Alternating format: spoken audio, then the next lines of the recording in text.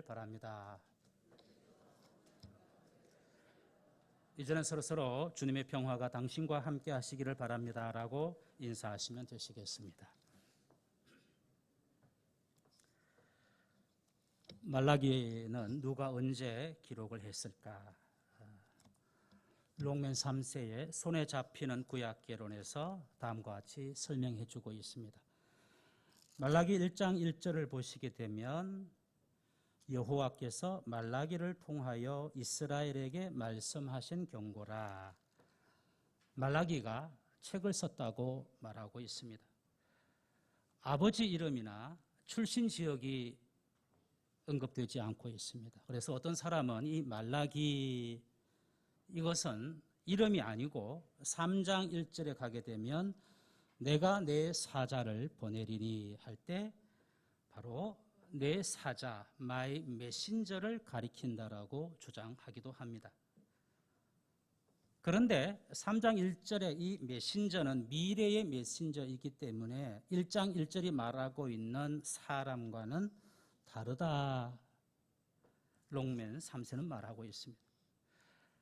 말라기라는 것이 그 뜻이 그대로 직역을 하면 나의 사자이기 때문에 이게 사람 이름인지 또는 그 뜻대로 나의 사자, 내 메신저, 소식을 전하는 자인지 이렇게 주장들이 의견들이 있습니다.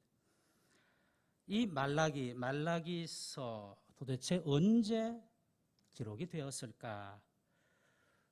물론 여러분께서 그런 내용이 왜 필요하냐라고 하지만 말라기의 본문의 내용을 이해하고 하나님의 메시지를 보다 더 정확하게 그리고 분명하게 이해하려고 하는 하나의 몸짓입니다.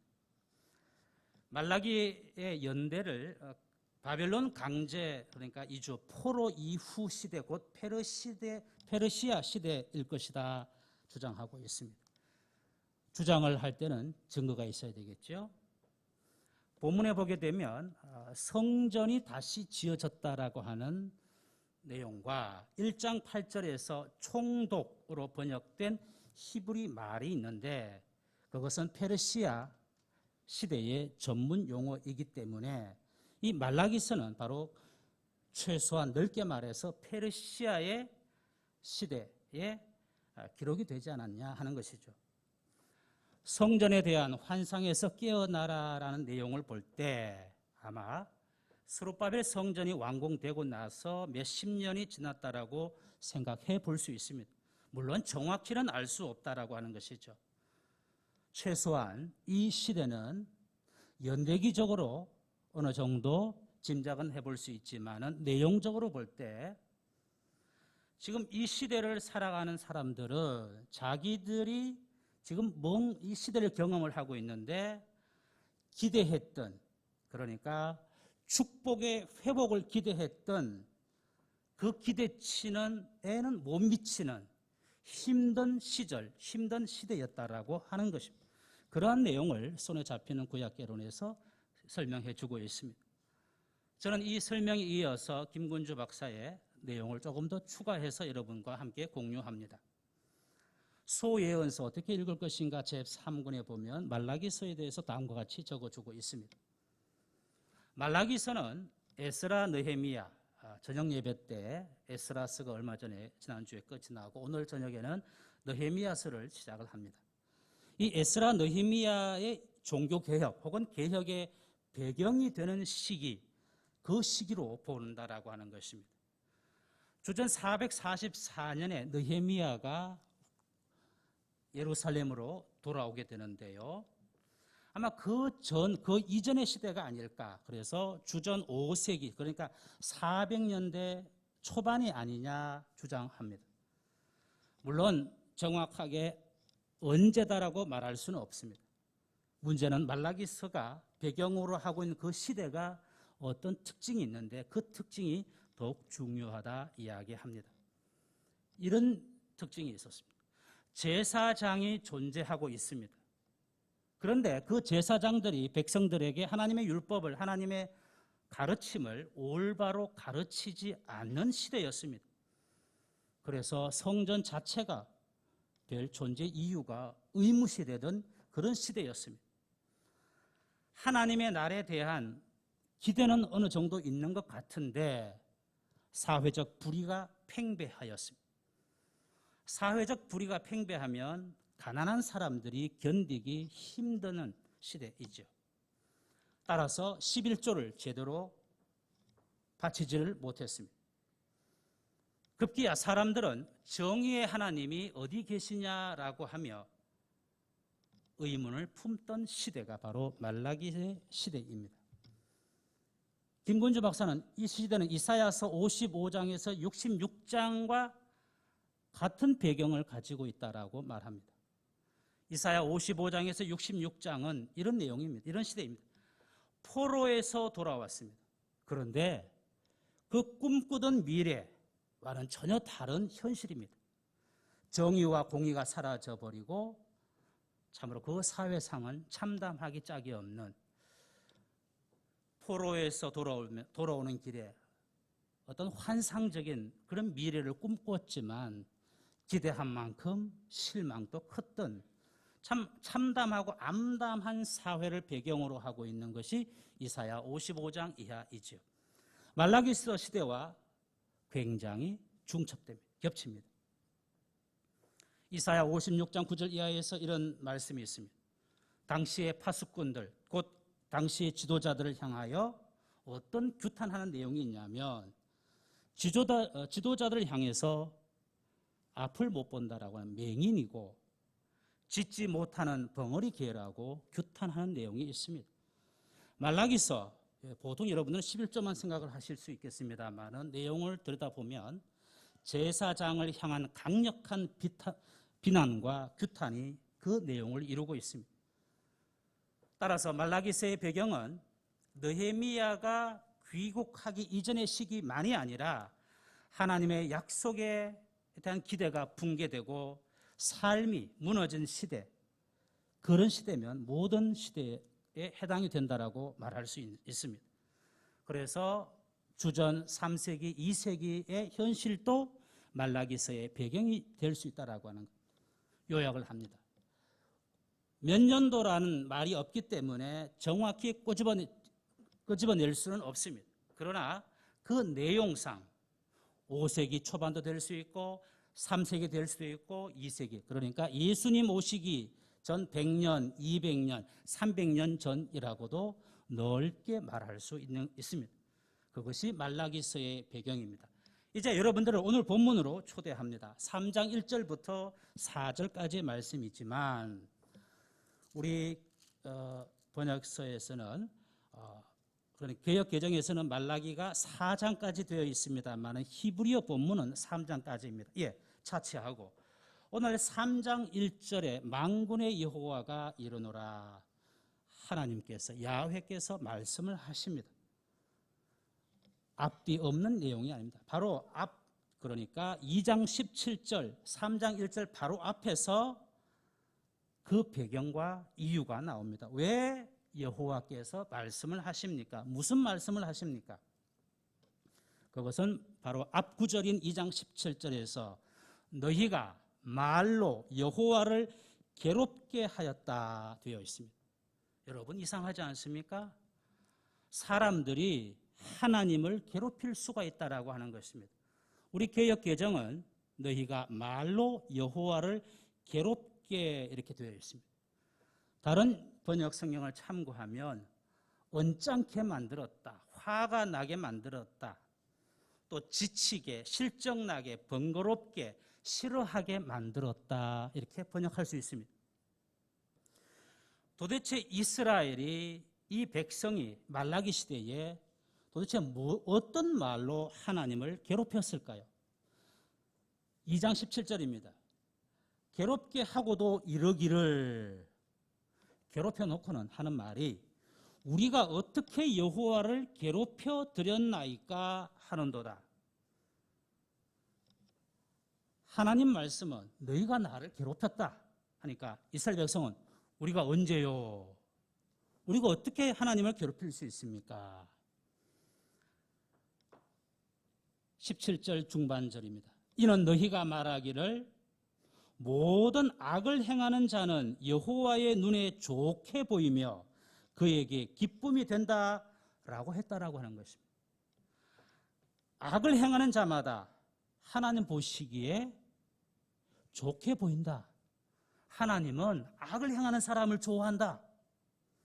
심지어는 그런 사람이 하나님께 기쁨이 된다라고 말했다라고 하는 것입니다. 바로 그러한 말이 하나님을 괴롭혔다라고 하는 것입니다. 하나님을 지치게 만들고 언짢게 만들고 화가 나게 만들고 실정나게 번거롭게 지치게 했다라고 하는 것입니다. 그러면서 또 한 걸음 더 나아가서 정의의 하나님이 어디 계시냐 함이니라. 여러분, 정의의 하나님, 하나님의 정의를 구하는 그 맥락이 심상치 않습니다.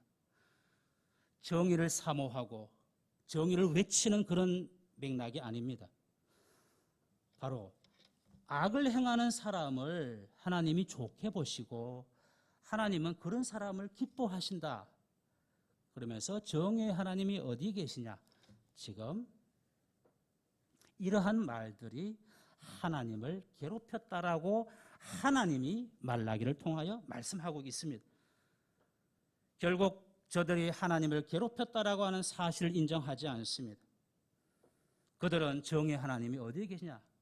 아주 의문시하고 비꼬고 조롱하고 그게 무슨 하나님이냐고, 그게 하나님의 정의 그딴 게 어딨냐고, 정의로운 하나님 말 같지도 않은 소리, 난센스, 헛소리, 그리고 오늘날 악플에 달려있는 그런 내용들을 지금 이 시대의 이 백성들이 말하였다라고 하는 것입니다. 그러한 것들이 하나님을 괴롭게 하였습니다. 그렇게 해놓고는 지금 오리발을 내놓고 마치 하나님께 그거 뭐 당연하지, 하나님은 욕을 먹어도 싸다, 이런 자세와 그런 분위기입니다. 이러한 것에 대한 하나님의 반응입니다. 3장 1절 만군의 여호와가 이르노라.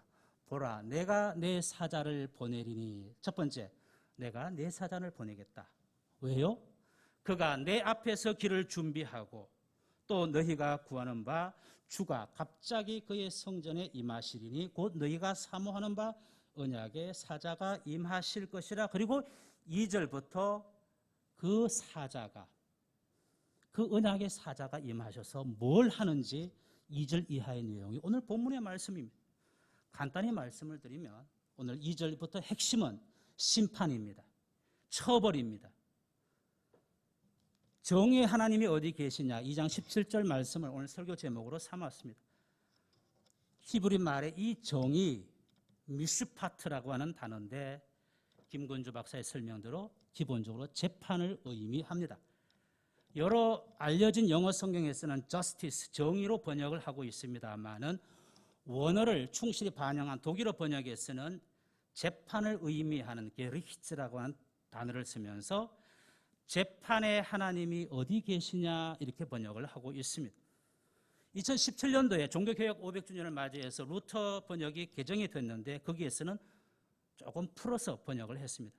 하나님이 어디 계시냐 하고 정의의 하나님이나 재판의 하나님이라고 하지 않습니다. 문장을 풀어서 씁니다. 하나님이 어디 계시냐? 그 하나님은 벌하시는 분이시다. 이렇게 번역을 하고 있습니다.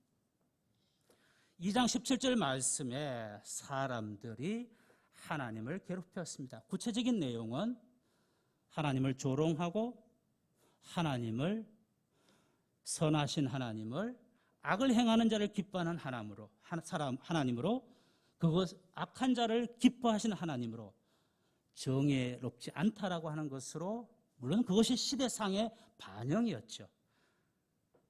즉 시대의 반영과 그 시대 속에 살아가는 사람들이 하나님에 대하여 그렇게 말했다라고 하는 것입니다. 재판이라고 하는 것, 정의라고 하는 것, 여러분, 억울함을 풀어주는 것이 핵심입니다. 부당한 억울한 일을 당한 자를 신원해주고 마땅히 그 권리를 회복해주고 그리고 괴롭히고 학대한 이들을 심판하여 바로잡는 것이 회복이고 정의고 재판인 것이죠. 그런데 그 하나님이 어디 계시냐? 없다라고 하는 것입니다. 이것을 하나님이 들으셨습니다. 그것이 하나님을 괴롭게 하였던 것입니다. 그래서 3장 1절에서 하나님은 리액션을 하시는 것이죠. 내가 내 사자를 보내어서 그러면서 심판하겠다고, 처벌하겠다고, 벌을 내리겠다 말씀하고 있는 것입니다. 도대체 무엇이 문제입니까? 말라기서 전체 내용을 읽어야 될 필요가 있습니다만 결국 이 시대의 문제는 하나님을 기대하지 않는다라고 하는 것입니다. 부당하고 불의한 현실 수용하고 인정하고 있습니다. 심지어는 그것이 하나님의 뜻이라고, 하나님이 기뻐하신 결과라고 말하고 있습니다. 지금 모든 되어진 일들이, 돌아가는 일들이, 현존하는 것들이 하나님께서 원하시고 뜻하시고 하나님께서 기뻐하신 결과가 아니냐 말하고 있는 것입니다. 여러분, 굉장한 말씀입니다. 왜냐하면 결과를 보고 이야기합니다. 아, 하나님께서 인정하시고 하나님이 허락을 해주시고 하나님께서 오케이 하셨기 때문에 이렇게 된 거야. 그냥 될 일이 없어. 다 이렇게 된 거는 그게 뭐 부당하니 뭐 불의하니 그딴 거 필요 없어. 하나님께서 그것을 기뻐하신 결과가 이런 거야. 바로 그 시대입니다. 그것이 말라기서의 시대입니다. 그러면서 한쪽에서는 정의의 하나님이 어디 계시냐? 하나님은 악을 행하는 자를 좋게 보시고 기뻐하시는 분이야. 여러분, 처음에는 이 현실을 하나님의 뜻으로, 그리고 더 나아가서 하나님을 악을 좋게 보고 악을 기쁘게 여기시는 분, 재판과 정의의 하나님과는 상관이 없는 분으로 그들의 신론을, 그들의 하나님의 생각을, 지식을 털어버리는 것입니다. 현실의 논리로. 하나님께서 이 현실을 축복해 주셨고 하나님은 이런 분이시야라고 그 시대는 그렇게 하나님을 알았던 것입니다. 이제 하나님은 그것에 대하여 내버려 두지 않으신다라고 하는 것이 말라기의 핵심입니다. 정말 하나님은 정의로우신가 의로우신가 살아계시는가 이런 의심하는 이런 이야기가 아니라 애시당초 하나님에 대한 지식과 하나님에 대한 신뢰와 하나님의 기대와 하나님의 재판에 대하여 아무런 소망을 가지지 않는 바로 그것이 문제가 되고 있는 것입니다. 왜냐하면 하나님은 내 사자를 보내리니라고 말씀하심으로써 곧 내가 간다라고 하는 하나님의 오심에 대한 선포가 이어지고 있는 것입니다. 복잡하고도 어려운 설교가 될 수 있겠습니다만 제 말로 바꾼다면 이런 것 같습니다. 사람들은 한편으로는 하나님을 인정하지 않고 무신론자가 하나님은 없어라는 입장이 있고, 또 어떤 입장은 하나님은 꼭 선한 분은 아니야. 이 현실과 이 악과 이 모든 것을 그냥 받아들이시고 재판하지 않는, 심판하지 않는 하나님이시야. 이 현실을 지지해주고 이 현실을 축복해 주시는 하나님이야 라고 생각한다라고 하는 것이죠. 그런데 하나님은 그래 너희들이 말이 맞다라고 하지 않습니다. 그들의 말이 하나님을 괴롭게 하였고 하나님은 당신의 사자를 보낸다라고 하는 것은 내가 가겠다라고 하는 것입니다. 오셔서 뭘 하실까요? 연단하고 깨끗게 하겠다라고 하는, 즉 3절 말씀에 그들이 공의로운 제물을 나 여호와께 바칠 것이다. 지금 하나님께서 바로 잡으시겠다라고 하는 것.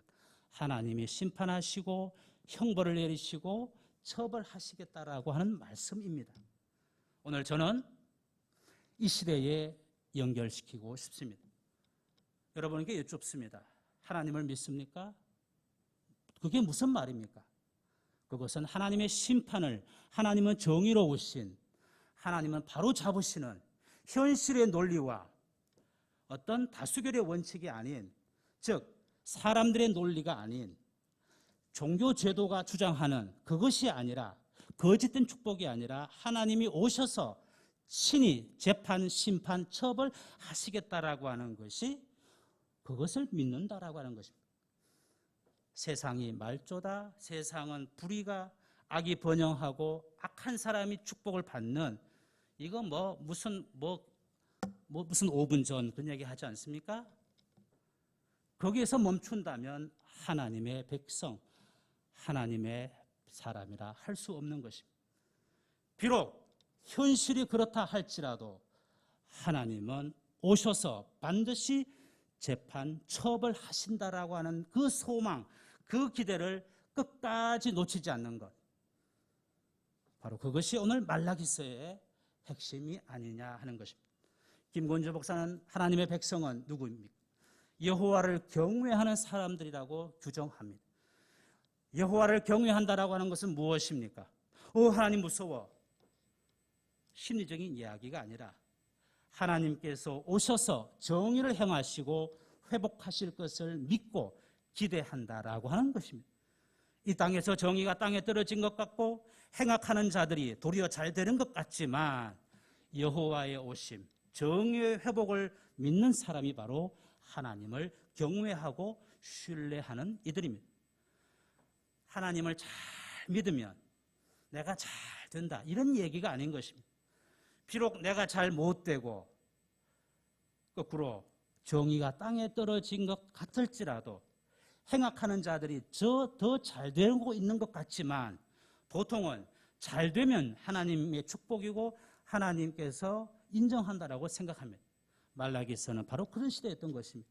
그러나 하나님의 백성은 그러한 시대에 혐오와 그러한 시도에 실망과 허무감을 느낀다 할지라도 그 허무함과 그 무기력감과 세상이 싫고 더덥다라고 말하는 것이 아니라 하나님은 정의로우시고 하나님은 재판의 하나님이심을 알고 그 하나님이 그저 내 마음속에만 계시는 것이 아니라 역사의 주로 이 땅에 다시 오셔서 살아있는 자와 죽은 자를 심판하시는 하나님이심을 두려워하며 믿으며 신뢰하며 끝까지 믿음의 사람으로 하나님의 가르침을 따라 남이 알아주든 몰라주든 남이 어떻게 말하든 그 마음 깊은 곳에서 그 하나님을 바라보며 끝까지 주님 부르시는 그날까지 믿음의 길을 걸어가는 것, 그것이 이 대림절에 저와 여러분이 함께 들어야 될 말씀은 아닐까. 오늘 저와 여러분 주의 오심, 특별히 주의 재림을 믿으며 기대하며 주님 다시 오셔서 무슨 일을 하실까 우리는 한번 생각해 보아야 됩니다. 한편으로는 구원하시지만 다른 한편으로는 하나님은 주님은 심판하신다라고 하는 것을 알 때 어제나 오늘이나 내일이나 항상 하나님을 두려워하며 하나님을 경외하며 하나님의 가르침에 힘을 쓰며 나아가는 저와 여러분 되시기를 주의 이름으로 간절히 소망합니다. 함께 기도하시겠습니다.